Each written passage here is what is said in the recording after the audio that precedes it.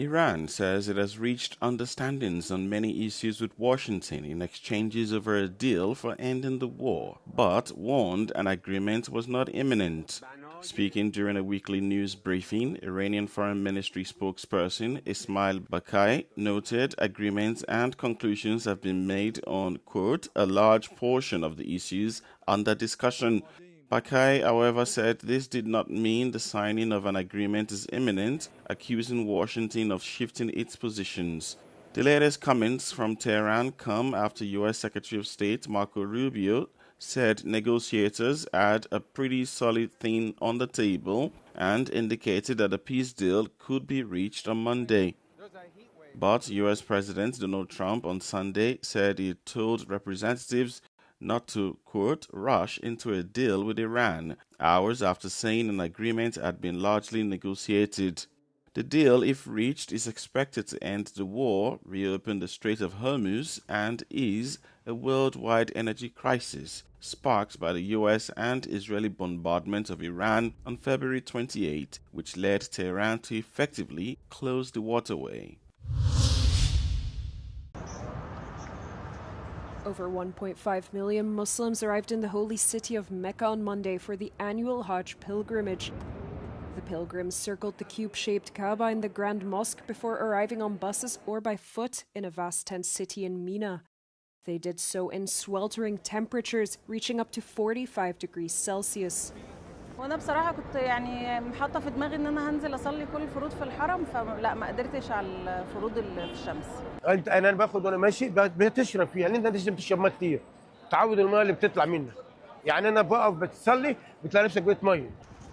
The start of the Hajj came as US President Donald Trump continued to send mixed signals over a possible agreement to extend the ceasefire with Iran and a deal to reopen the Strait of Hormuz.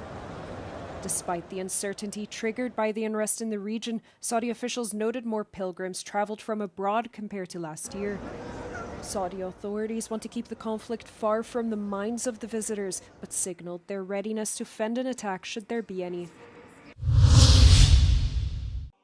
Pope Leo XIV marked Pentecost Sunday with a plea for peace, praying that humanity might be saved from the evil of war.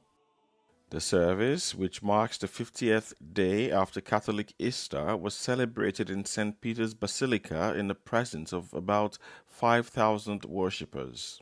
Pope Leo prayed that the Holy Spirit will also renew the Church in its mission to transform confusion into communion. Con cuore ardente preghiamo oggi che lo spirito del risorto ci salvi dal male della guerra, che viene vinta non da una superpotenza, ma dall'onnipotenza dell'amore. Preghiamo affinché liberi l'umanità dalla miseria, che viene riscattata non da una ricchezza incalcolabile, ma da un dono inesauribile. The Pope warned that some changes do not bring new life to the world, but make it grow old through error and violence. By contrast, Pope Leo said, the Holy Spirit enlightens minds and instills new vitality in hearts. Pentecost is widely celebrated across Europe as both a major Christian festival and a public holiday. The centre-right Democratic Rally has secured first place in Cyprus's parliamentary election, winning 27.1% of the vote and capturing 17 seats in the legislature. Final results confirm that the left-wing AKEL finished in second place, taking 23.9% of the ballots to secure 16 seats. Beyond the traditional duopoly, the far-right ELAM achieved a historic breakthrough by moving up to third place overall, winning 10.9% of the vote and claiming 8 seats. The centrist Democratic Party finished in fourth place with exactly 10%, also granting them 8 seats.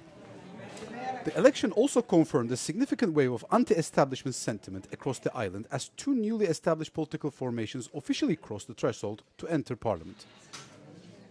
The anti-corruption Alma party secured 5.8% of the vote, while MEP Fidias Panaitou's Direct Democracy captured 5.4%, each holding 4 seats in the House of Representatives.